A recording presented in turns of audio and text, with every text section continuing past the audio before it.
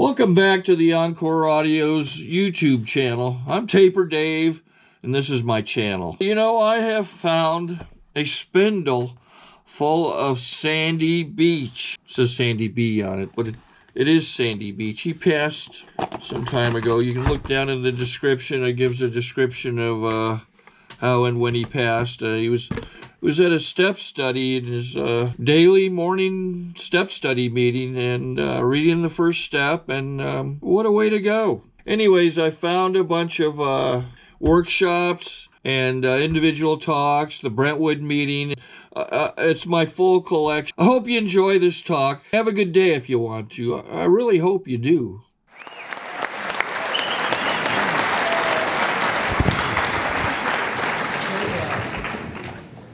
Hi everybody, my name's Sandy Beach and I'm an alcoholic. How you all doing? It's a real honor to be here tonight, and I want to thank the committee for getting me to this lovely part of the country, and Choice for being such a great host, and for a lot of friends for coming up from Los Angeles. I just am honored. And my oldest boy and his wife and my granddaughter are here from Redlands. And normally I never, ever get nervous giving a talk, but with my granddaughter here, I'm shaking like a leaf. So figure that out. It's customary to tell a little bit about our story and then talk about Alcoholics Anonymous for the benefit of those of you that are new, so that you hear the AA message in its totality and can understand what a wonderful future is in store for you if you will simply follow the guidance of the people that are put in your path. It's really not very complicated. If you're new, there's only one question you should ever ask, and that is, what do I do next? And you never get to a point where you figure out what to do next. Although it's tempting to try and get there, that's a big mistake. I got sober on Pearl Harbor Day in 1964, and I had man came to my house. I was in the Marine Corps, and another Marine officer came to my house to 12-step me after I made a phone call. And he was another Marine captain, and he had a year and a half of sobriety. And his, you'll find out that I was a fighter pilot, which is a great job for an alcoholic. But he was explosive ordnance disposal. And he used to say it's the perfect job for an alcoholic because nobody's looking over your shoulder while you're working. And so he became my sponsor, and he was my sponsor for 42 years, 2 months, and 2 days, and he passed away about 3 weeks ago back in Virginia, and I went to the memorial service, and it was wonderful. And while I may be a little bit sad, I'm mostly so excited that two guys could have a run that long. I mean, that is just wonderful to be connected with the person who got you sober for that many years. And for that, I'm eternally grateful. And he's still alive inside of me, and he's alive inside of hundreds of people in the Fredericksburg, Virginia area where he helped people, and they were all there at the service. Whenever AA has a service like that, it's a celebration. It's just you come and you just tell wonderful stories about whoever it was, and AA stories and the wonderful things that happened. And so that's really what life is a celebration. Now, it's impossible to see it that way until we come in here and go through an awakening process, and then we look around and we realize there's nothing to do but celebrate. We're alive, and we have this planet, and there's just so many different ways of looking at it. That's not the way I looked at it before I got here. I was like a lot of other people. I found the world kind of threatening, intimidating, depressing, and unknown. That's how I felt as a little kid. I went to a church, and the church scared me. I was 9 years old. I looked at the crucifix, and the church never said this, but the crucifix said to me, "Hi, little boy, do you see this?" "Yes, I do." Well, this is what God did to his only son that he loved. Guess what? Guess what he's going to do to you? And now, the church didn't teach me that. I made it up. That was my own little story that I just looked up there, and that's what I saw. So I told myself that story, and it scared me to death for many years. As a matter of fact, most of us scare ourselves to death with our stories. It's not the events, it's the way we interpret them, and then we live with the results of the stories we tell ourselves. And the reason I mention that is because that's a wonderful word, and it really describes everything. I heard a speaker one time start his talk, "My name's Joe, I'm an alcoholic. My story's divided into two parts, what happened during the years that I drank and what I thought happened during the years that I drank." Ha, ha, ha, and everybody's laughing, and all of our stories are divided into two parts. What happened and what I thought happened. What happened in my childhood and what I thought happened in my childhood. What happened in my marriage and what I thought happened. What happened at work and what I thought happened at work. And I'm really choked up about this. Thursday night I was at Brentwood, and I was getting ready to go up and talk, and a man came up to talk to me. He's here tonight. His name is Jim. And he and I were in the same squadron 46 years ago. And in my story, you hear how my alcoholism progressed to the point that to get in a plane was becoming increasingly difficult because I was going through withdrawals, I was sweating and shaking, and I just was having the hardest time. And one of the planes we flew was very high performance, and it was getting more and more difficult. And anyway, one time we were on 4 planes on a cross country. We had gone out to there was a hurricane coming, you have to fly the planes away. And on the flight of 4 planes, I started having all this attack, and it couldn't breathe and everything. And so I called the leader, said, "We got to go in and land. Something wrong with my oxygen." And we went in and landed, and the man who was sitting next to me in the plane is here tonight. And he came up, and we started talking about it, and I had it backwards. I thought we were going this way, we were going over there. You talk about your story getting turned around. I thought we were on the way out, and we were on the way back. But it was the most amazing reunion to find that his wife was celebrating 30 years, and he just happened to come in. And we've been reminiscing, and I'm filling in blanks that are in my memory because of the condition that I was in. And it's most wonderful to have a man as loving as this to fill in a very kind way the details, because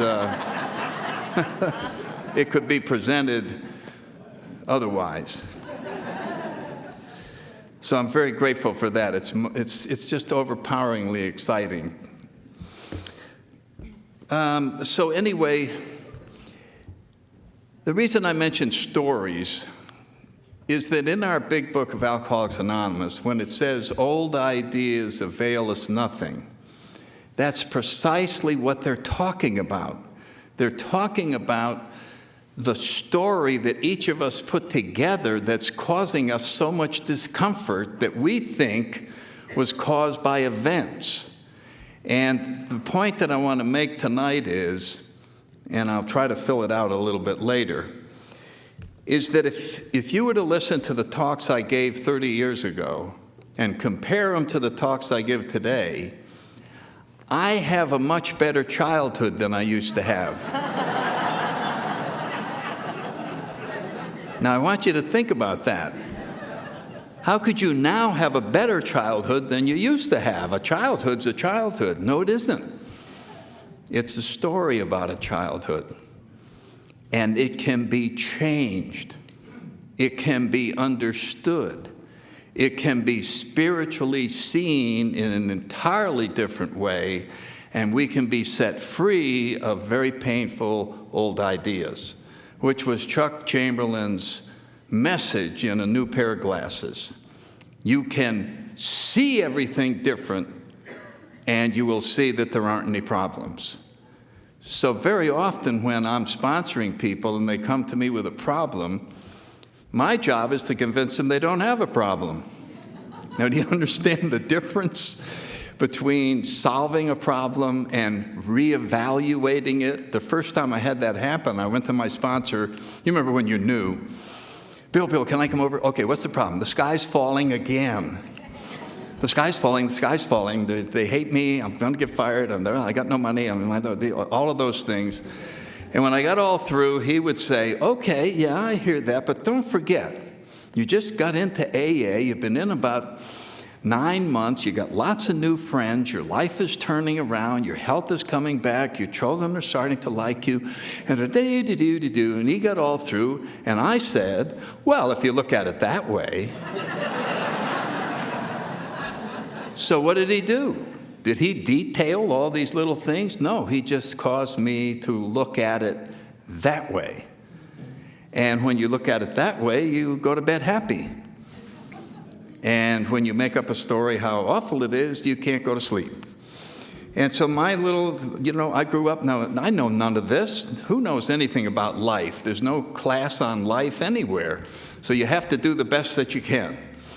So you talk to other little kids, you hear things in church, you read books, and I got a lot of stuff off of bathroom walls.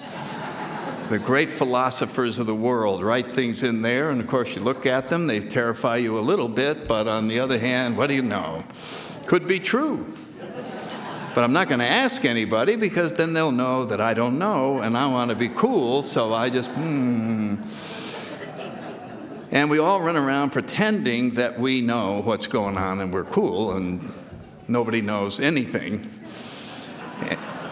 And we're just surviving the best that we can. So that's sort of the process of growing up, and I found it very intimidating, very uncomfortable around people. Didn't belong. I've only got one sister. There's a family of 4. My parents were wonderful. They took good care of us. But at dinner, I felt there was the 3 of them and me. In other words, they were the family and I was the visitor, whatever that sense is. And in prep school, I felt the same way. I came from New Haven, Connecticut. I had good grades, good athlete. Got a pipeline right into Yale University. I got down there, started out, hadn't had a drink. Wasn't going to drink till I was 21. Try to get good grades and try out for the track team.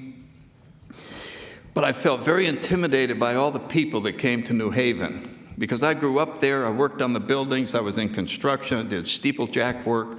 I felt like a townie. I'm wearing dungarees, and these guys arrive with all their Cadillacs and convertibles and money, and they all know stuff. And I knew I didn't belong, and I was afraid the freshman year the dean was going to call us out on the old campus and say, gentlemen, there's an imposter here tonight, and he right there. And then they would get rid of me, and the class could relax, and they could all be together. And so it was very difficult to blend in. I didn't feel welcome. I was at a social event where you're supposed to introduce yourself to other people. I couldn't do it because when I looked at them, they didn't want to know me. I would go over to talk to someone. I'd get about 3 feet away, and he'd look at me, and with his eyes, he would say, don't come any closer. I don't want to know you. I have enough friends. You don't belong with us. And I could feel it. I mean, it just would paralyze me. And I'd try to go over there, and I just got the same message from everyone. So I never met anybody. And I would get very anxious, and the way to solve that is to leave. That's the solution. They had a bar in there. I went up to the bar. I said, oh, my roommate said you feel good. I'm going to have a drink. I need to feel good. This will be the chance. And I had 2.5 drinks. I don't remember changing at all. I actually thought whiskey didn't work. You know what I mean? I just sat there, But I turned around and looked at the room, and everyone in the room wanted to know me. It was the strangest feeling to see their eyes are begging to be my best friend. All of them. I didn't know where to start. I didn't know who to go to first, you or that. So I just started going everywhere. And as I went up to the first guy, I agreed with him. He would be lucky to know me. I was free. I was free to be myself. My creativity could come out. I could talk about anything. And it was just like I intuitively knew how to handle situations that used to baffle me, frighten me, terrify me. I was set free. And I said to myself, I should have started drinking in grammar school. This is amazing what this does. So alcohol didn't change me, but it changed the world that I lived in into a very friendly place. It was such a profound change that without realizing it, I decided that the answer to everything was alcohol. I didn't know I made that decision, but I did. And if there was such a thing as an alcohol god and came down and said, son, we can tell up here ahead of time that you're an alcoholic, and we want to warn you before you keep going that if you keep on drinking, a lot of things are going to happen. And one of them was that I had 20 drinks that night and went and got sick all night and was sitting on a bed with a hatchet in the middle of my head. And the thought occurred to me, are you going to drink again? And it only took 2 seconds for me to say yes. This pain is a small price to pay for what I got last night. And so they could have told me that I was going to lose my high grades, and I would have agreed, that's okay, as long as I keep drinking.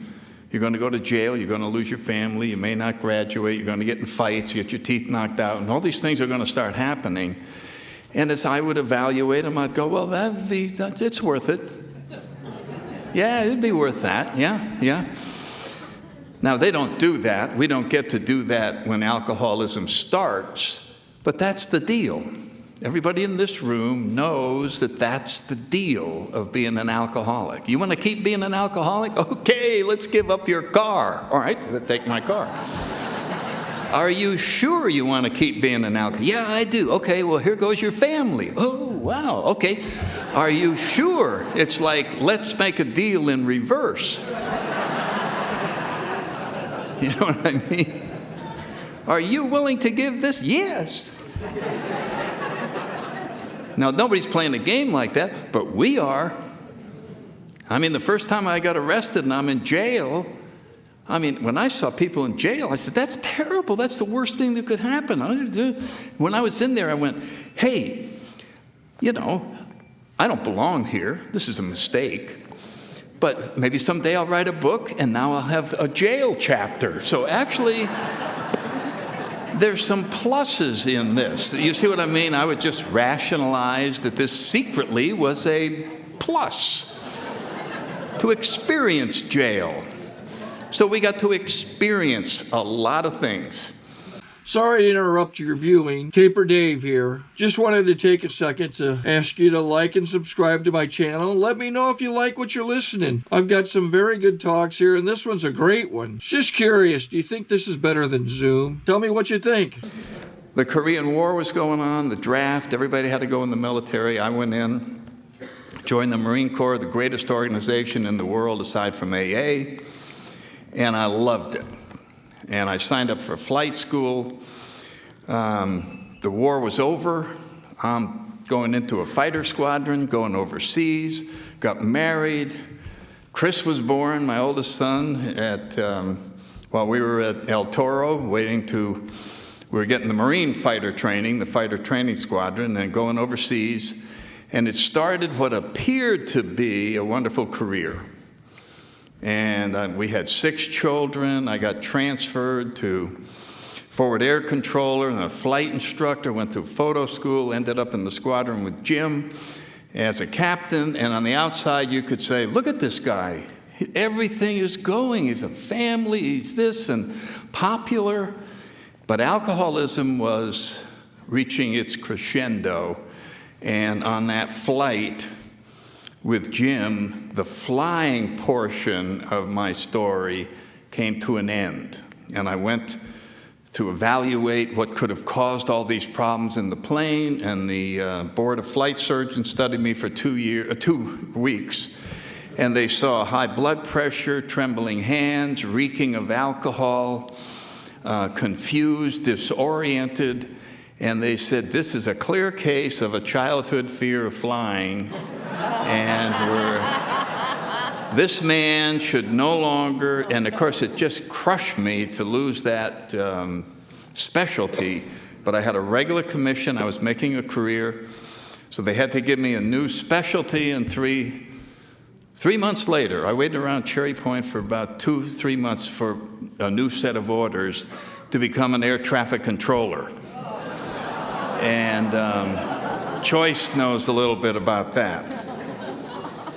And I made it through the school in Glencoe, Georgia, and I'm sent overseas in the last year of my drinking in charge of a MATQ, air traffic control unit, to bring planes in bad weather when they can't see the runway. And fortunately, the senior enlisted men saw what shape I was in, and they just said, Captain, here's your tent, and here's your little chair. And I was riding a bicycle over there. And they would just say, now, sir, just try to ride the bike to work, see if you can find where we are. And you stay in your tent, and we'll do all the controlling. We don't want you talking to an airplane. I said, no, I won't be talking to an airplane. So I was in survival. This is the last year of my drinking, and I lost 50 pounds due to malnutrition. I couldn't eat solid food, and I'm showing up for work every day. I'm taking annual physicals and going to the dentist. My teeth are all falling out. And I couldn't eat solid food, so I was drinking vodka and juice, or then I'd put vodka in soup. But it was all, and I was trying to stay alive on just liquids. And I lost 50 pounds in 6 months. And I was very, very sick. And I made it through the year and came back to Quantico to a career school, junior school. And in the middle of the class, I had a grand mal seizure and bit my tongue almost in half and was taken to the hospital, where they again could not figure out what the problem was. The doctors would go, I wonder how he had a seizure. What is going on down at Quantico? You know, and it's just, after 6 days, I went into the delirium tremens, which are not as common now, but they're very frightening. Your imagination produces a new reality that is absolutely real, and mine had to do with the memory tests. Anybody who's been in a mental situation knows they always ask you to count backward by 7. Count backward from 100. And you go, 93? And you can't go any further. Because your mind just won't work. And I was stuck at 93, and they came in, 3 doctors, you know, like, bad. And that's when the DTs took over and ran with that story. And the next thing, there's 6 doctors, and they give me another memory test to memorize the hallway outside my room. And they'd be back in 5 minutes, and if I didn't remember what was in the hall, bad news. So I stood out in the hall, and I went, okay, 3 elevators, there's a corpsman, there's 1, 2, 3, 4, there's 5 rooms on this side, 1, 2, 2, there's a couch. Then I went in the room, a couch and the corpsman, the couch and the corpsman. And then they came back, now there's 8 doctors, you know, with the white coats and the pads and all of that. And they said, what's out there? I said, there's 5 rooms down that, 5 rooms down that side, there's the elevators, there's the corpsman, there's a couch, there's this, there's that, and they all went. And I said, what? I ran out the gym, you'll get a kick out of this. I ran out the door, and in the hallway was a photo lab from VMCJ with the big dryers and the big, all the processing of aerial photo. And I thought that, like Mission Impossible, that they had caused the walls to turn and put all this stuff there to drive me crazy. And none of this is real, but it's real to me. And I looked and I couldn't believe it. I said, how'd you do that? How'd you do that? And they said, I'm sorry, but you're going away. I said, one more time. Please. One more time. And they said, okay. So I went out. Okay, 3 dryers, 3 bottles of chemical, big rolls of film, and the whole, as I had it on study. They came back, 8 doctors. What's out there? I gave them the whole thing, and they said, this time you're going. I said, why? And I ran out the door. I ran right out onto a flight line. Planes are taxiing. There's a tower over there. Bright sunshine, and I guess I started screaming, and they caught me and put me in a straitjacket and locked me up for 6 months. Bam. So there's my story.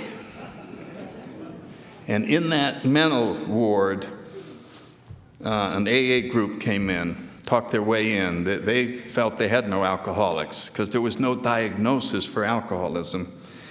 And I went to this meeting, so I learned about AA, but I didn't really connect that I was an alcoholic, even at that stage. And at the end of about 4 months, they sent me home as an outpatient, so I could go back to my family at night, and on weekends, come back in during the day while I got orders. But they told me if I ever drank again, my career's over. Well, I started drinking as soon as I was home. I started smuggling vodka into the nut ward. I knew they were going to get me. They were starting to look at me. Well, they weren't, but paranoia sets in, and looks like they're looking at you. And I don't know why, but on that Pearl Harbor day, I called the local intergroup, even though it was a weekend, Sunday, and they found Bill, the only other Marine in AA at Quantico. And he came to my house, and I haven't had a drink since. It transformed the entire world. I went to a meeting every night, spoke, made coffee, did all these things that you were asked in AA. And when we came up for promotion to major, neither one of us made it the first year because we knew, boy, we had a bad record. But now we're back. I was on the amphibious warfare presentation team. The colonel and the general were giving me very high fitness reports. They tried to get me back on flying status. Everything was looking good. The second time around, my sponsor made it, and I didn't, so I have to leave. The career's over. And I'm out with my 6 kids. Chris remembers, we moved up to Arlington, a big old house. But I didn't have a job. I mean, I wasn't really prepared for this. I just didn't know. I was in a state of shock. I couldn't believe this new loving God would do this. You guys talked me into trusting this new loving God, and I did everything that you asked, and he dropped 8 people out in the place with hardly any money, and blah, blah, blah. It was my fault, but I wanted to blame it on somebody. And I felt very bitter. I had a huge resentment. And if you're new and you have a resentment, don't tell anybody or they'll get it away from you. So you got to keep it.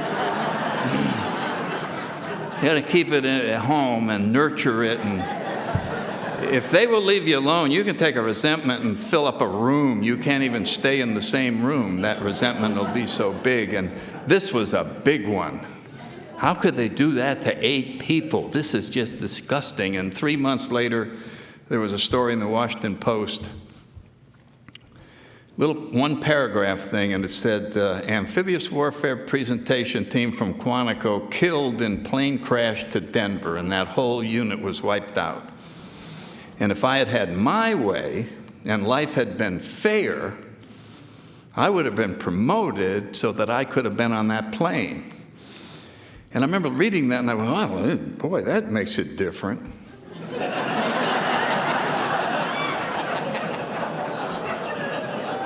And I knew that God knew I had read that, and I felt very, like, okay. I think I said, well, if you just told me that was going to happen, I wouldn't have been so upset.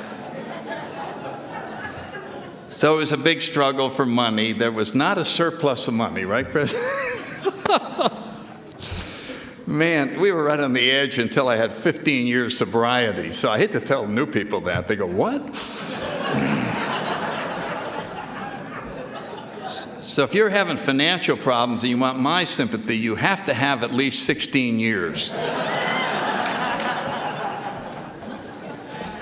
But even though we were broke, we were still having fun, and the kids were playing with each other, and they're growing up, and just somehow life went by, and I tried 2 different careers, and God bless it, I ended up with a wonderful career with the credit union movement, and it was all set up by Marines. A sober Marine on Capitol Hill got me an interview with a retired Marine colonel lawyer in a small agency headed by General Nickerson, who was Herman the German Nickerson, a ground Marine. And I got in there, didn't know a damn thing about anything. I was going to be the congressional liaison on banking matters with Congress. I knew nothing about Congress, the credit, nothing. But I got the interview, and this colonel lawyer asked me, well, what about your background? And I knew nothing. I was nowhere. And I said, but Marine officers, we can learn this, we can do that. And he said, well, I'll think about it. By the way, why'd you get out of the Marine Corps? And I went, and I just went, God. So I looked him right in the eye, and I said, I got thrown out for drinking, but I've been sober 10 years in Alcoholics Anonymous, and I can do anything, and I can learn this job. And he said, I'll let you know. 2 weeks later, I got a call from personnel. He said, you want that job? It's yours. I went in, and they said, now the general's testifying in 3 weeks on all these complicated banking things, and you're going to write his testimony.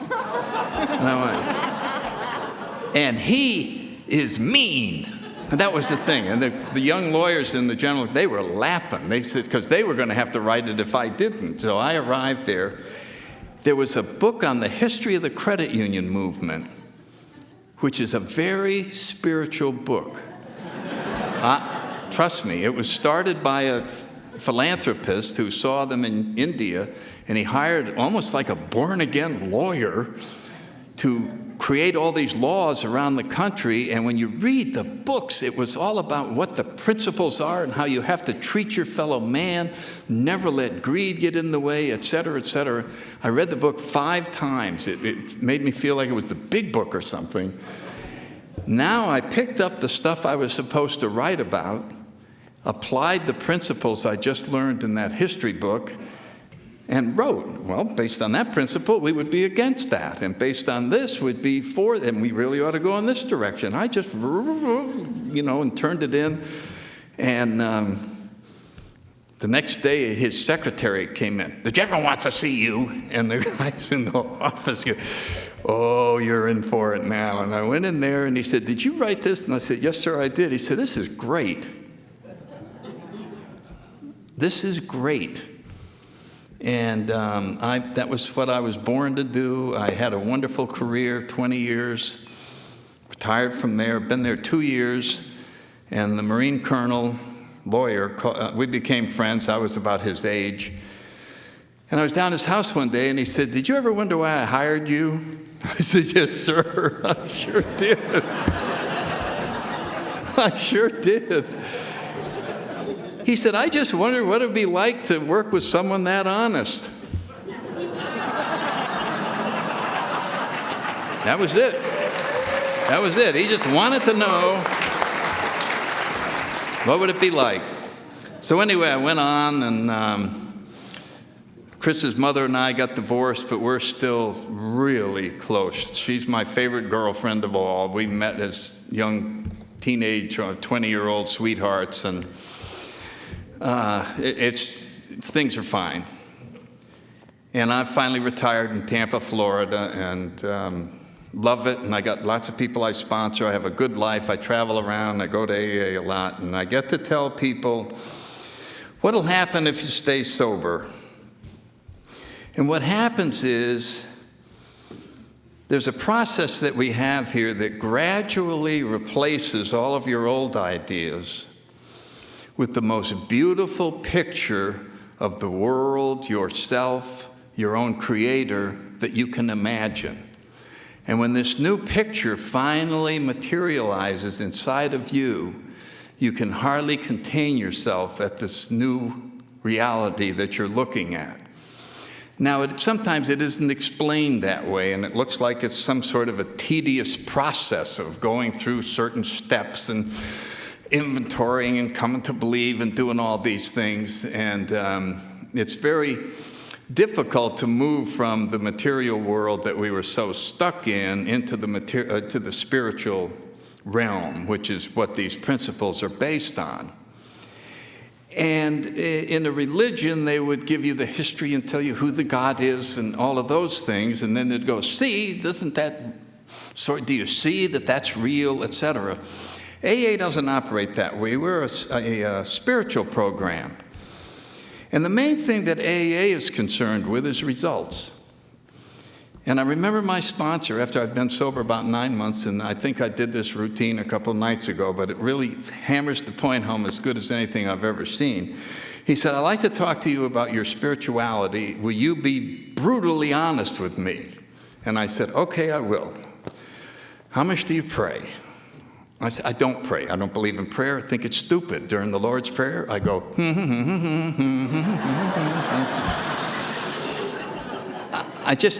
Bill, I tolerate, you look good, you guys are cool. I mean, I'm glad you do it. I'm glad you're happy, but it's not me. I don't do that. Okay, good. Well, how about, do you ever go to church? Churches are very comforting spiritual places, just to sit in the building and enjoy. No, I don't like churches. I had a terrible experience.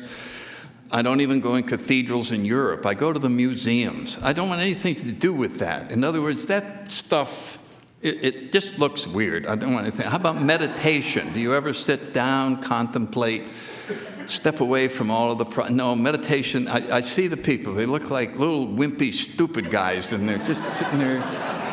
I don't think they could hit a golf ball 50 feet, so I'm not...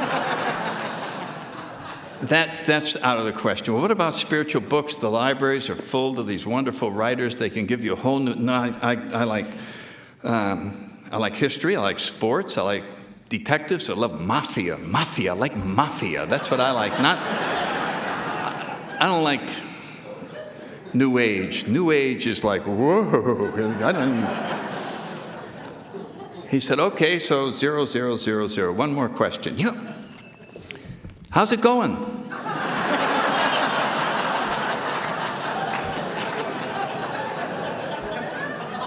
How's it going? What does it feel like to be inside of you? It's awful in here. I hate it. Well, then we've conducted a spiritual experiment. We have tried the role of the non-believer. But how the way did you become a non-believer? I said, I don't know. I was about 12 years old. I saw all this stuff here. It looked like a bunch of crap. I said, well, I'll be a non-believer. So you became a non-believer by simply deciding to become a non-believer. That's what I did. Did you see a non-burning bush? No, I didn't see a non-burning bush. Did a voice call down and go, Mary, Sandy? Yes. I want you to understand something once and for all. I do not exist. Okay, that's it. That settles it for me. I'll be a non-believer. No, I just decided to be a non-believer. Well, guess how you become a believer? You decide. We have a whole step. Made a decision. Well, you mean you just decide? Yeah, that's how you became a non-believer. So, and you're getting crappy results.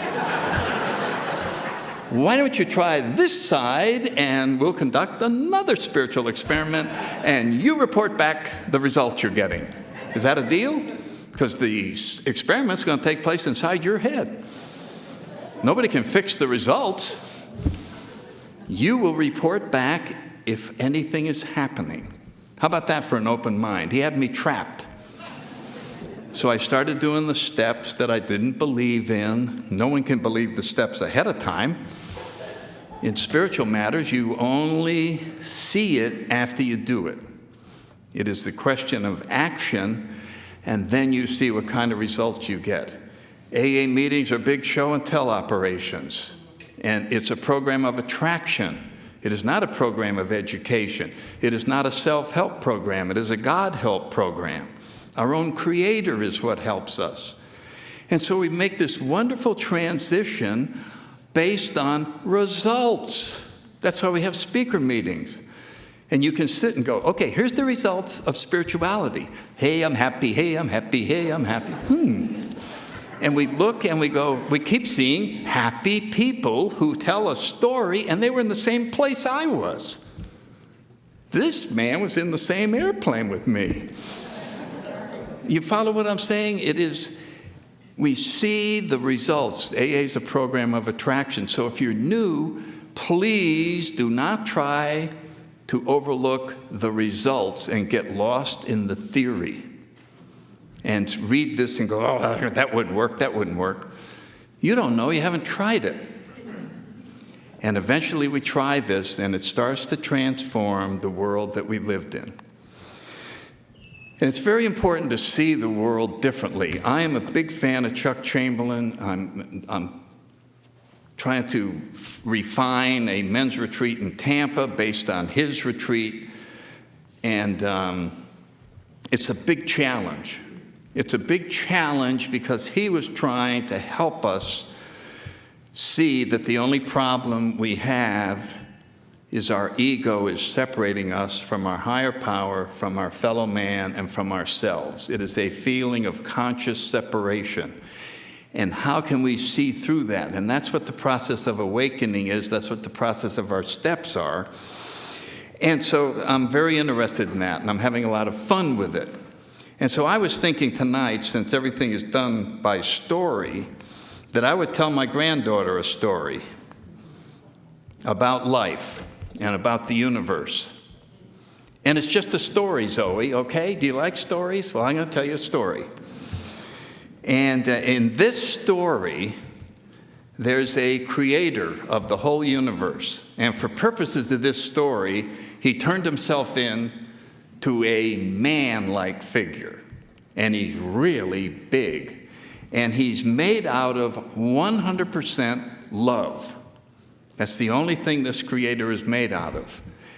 He is so big that his foot would cover the distance from the earth to the moon. That's a big foot. He could step from here to the sun. That's how big he is. I mean, this is enormous. He wears a casual shirt, baggy pants, sandals, got real long hair, and his eyes sparkle like you can't believe. You could see him across the universe.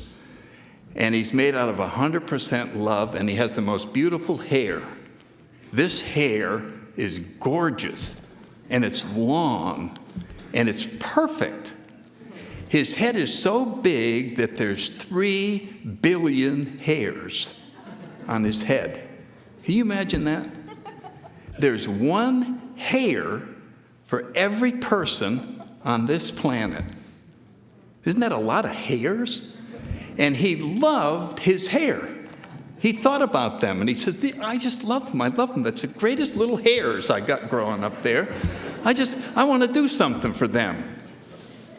You know what I'm going to do? I'm going to make a movie for them to go to. And he created a theater in the round, and it's called the Earth Theater. It's a great big round theater called Earth. And he took his head and he just went poof. And all the hairs are now in a movie. And the movie averages about 75 years long. But for our creator, that's just a couple of days. He just takes a nap while we're all in the movie. And, you know, in order to have a movie, and my son is into drama and plays, you got to make it exciting. There's got to be bad and good and peace and war and sickness and health and bad people and good people and up and down and in and out and black and white. I mean, you can't have a movie without all of that. And so we're going to see little happy things, then we're going to be sick, and then we're going to be injured, and then we're going to heal, and then we're going to do this. Ooh, it's going to look like it's going to fail. And we're going to do all these things. And at all times, we are simply one of the hairs watching a movie. The trick is to remember that we're one of the hairs watching a movie. Now, sometimes in a movie, did you ever go to a movie and it got so real you got scared? And you have to go outside and somebody says, it's just a movie. I know, but it felt like I almost fainted in there. It was so powerful in there. And so sometimes somebody leaves the movie early, but they don't go anywhere. There's still a hair on God's head.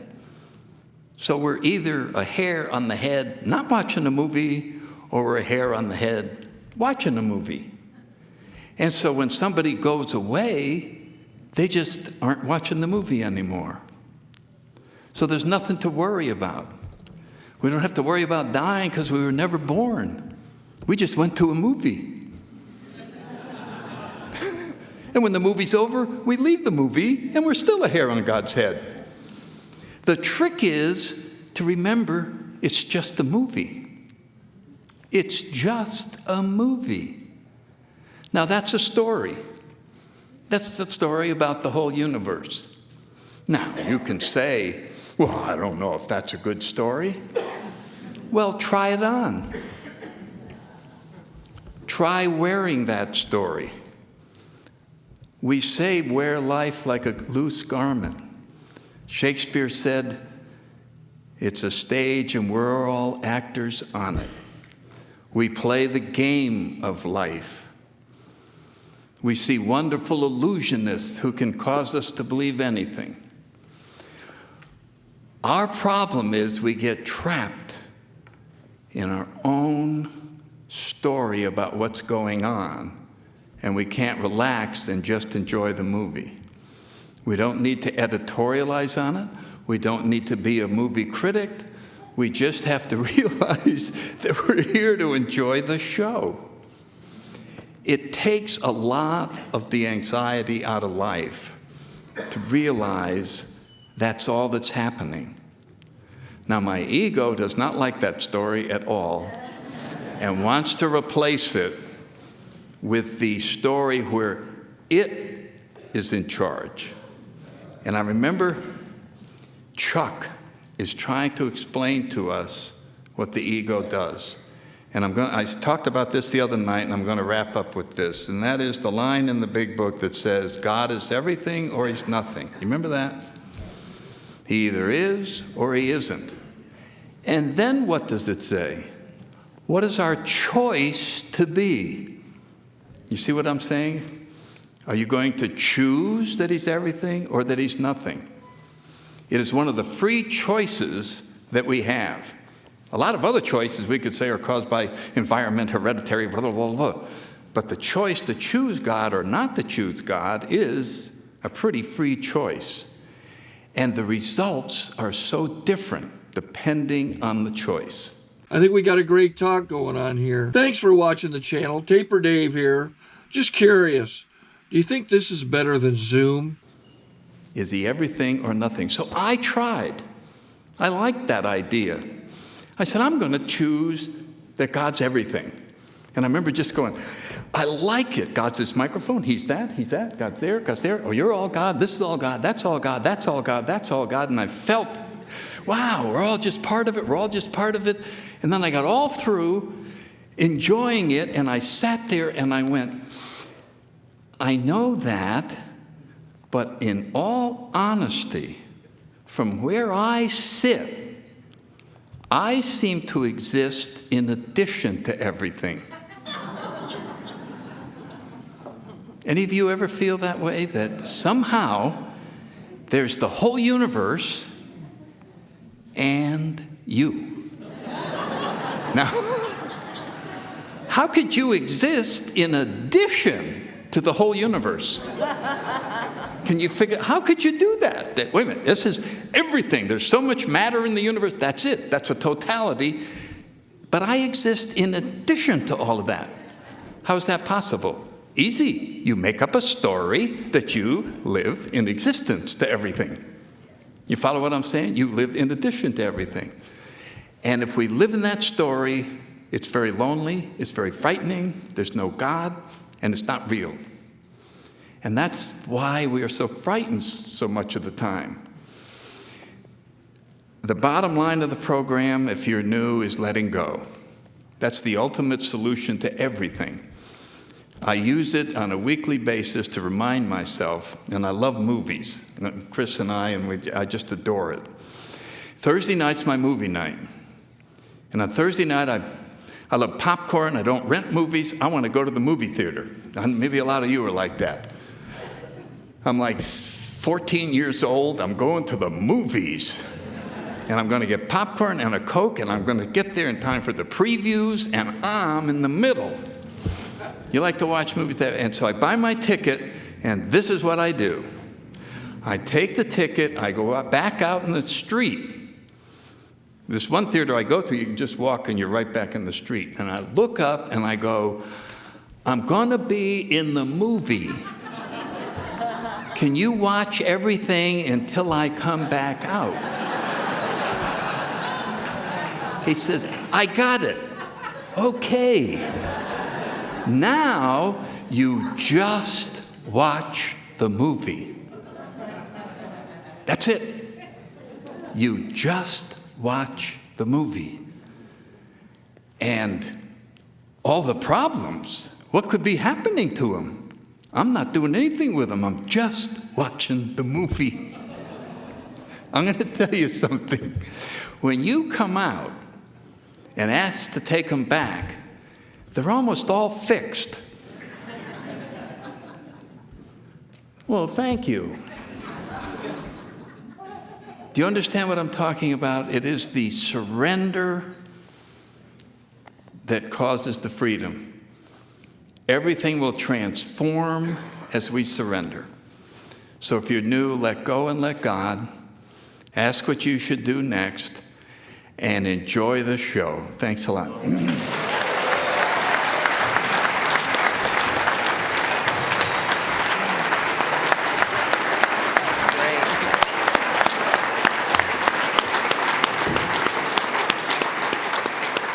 That was great. That was great. Thank you. Take care and have a good day if you want to. I know I will.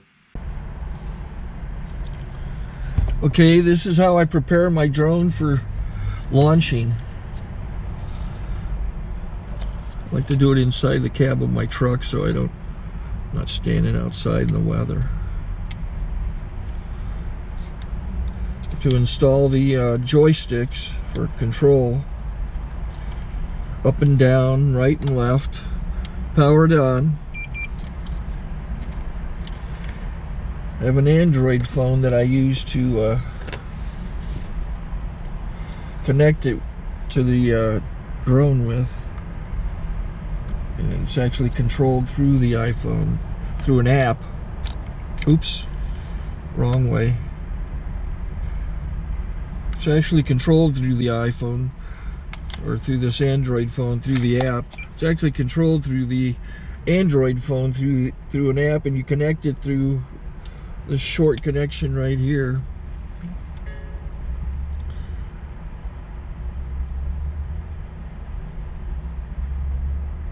Remote control connected. Remote control's connected. So I pull out the drone.